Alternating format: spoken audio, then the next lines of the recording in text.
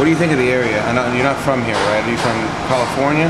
California. Yeah. What do you think about the area here? I mean, as you can see, Pennsylvania, North Carolina, Virginia, New York, everyone on the East Coast seems to like visiting the Barrier Island. What was it like relocating out here, and what are some of the differences working here? Well, it's a lot harder to find good supplies and services to run a brewery. You know, if something breaks and you need a welder or an electrician, you know, you got to know somebody, or else learn how to do it yourself. Which I've learned a lot of skills since I've been out here. It used to be a lot easier working in Oakland, or Berkeley, Oakland, that area. You know, you just pick up the phone and call somebody, and they're there within an hour. Yeah. That's pretty different than working out here. It's a tourist destination. It gets inundated in the summertime. We have our shoulder seasons, which are really, you know, some nice weather.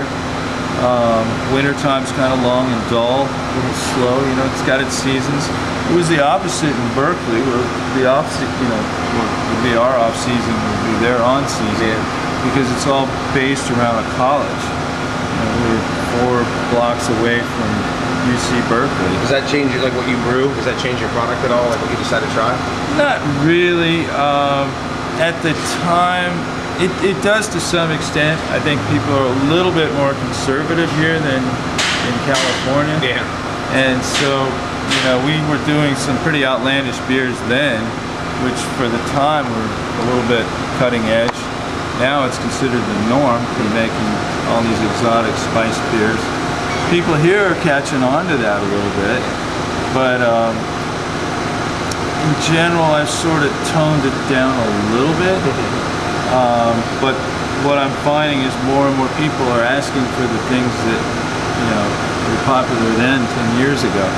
And brewers keep pushing the envelope. They keep making, you know, it's not enough just to make an IPA anymore. You got to make a double IPA or triple IPA. When does it end? You know? But we're going to be making IPA this week. Oh, excellent. And people have been asking for it. I'm not going to hold back on the hops, because that's what IPA is. I mean, that's the whole idea there. What do you do when you go out, and I love the brewing station, everybody loves the beers you pour. When you go out and order a beer that's not one of yours, what are a couple brands you look for? Like, what's something that you like? Well, in general, when I go out, I order whatever I haven't seen before, just to kind of try new things, so I keep expanding my repertoire. So I approach things from more of a curiosity perspective, rather than just, you know, settling for a certain brand that I like. There's things I like, you know, and in a pinch, you know, there's always Sierra Nevada, you know, you feel really comfortable with that. They keep coming out with new and interesting things like Torpedo and some other beers that are really awesome. You tried the Wacko beer from Magic Hat? They brew it with beet juice. With what? With beet juice? Yeah, they just got it. No kidding. Joints down on the beach road, just got it on draft. I had it last night. It was pretty wild. That I have not tried. Since it felt like something. I tell you what I tried here was it the lemongrass beer that you had? Lemongrass wheat, yeah. That was wild. My girlfriend had it. She loved that. We tasted it, and that's what initially drew me to your joint, is that, like, you come here, and I drink a lot of beer. I consider myself somewhat of a connoisseur, but somehow you are able to try different combinations that even like a seasoned beer drinker hasn't tried before, and that's a real credit to your profession. Well, actually, lemongrass sweet I came up with a long time ago, really? Before I even came out here. It was one of those wacky California beers. It's good, man. But yeah, you know, the idea was there. A lot of people are putting a squeeze of lemon in their Hefeweizen. Yeah. So I thought, well, okay, it's a nice flavor, it works well. What can I incorporate? I could use lemon peel, but there's a lot of different herbs and spices that, you know, have a lemony flavor. There's other ones like lemon verbena and Litsea cubeba. People really hadn't heard of them. And then lemongrass is really catching on with the whole Thai cooking and Pan-Asian influence. And so it just seemed like a natural. So it worked kind of from a flavor point of view. It also works from a marketing. Well, man, I appreciate the time. If you got something on the menu right now, what would you recommend people try if they're coming down here for holidays? Well, today try the Magpie Rye.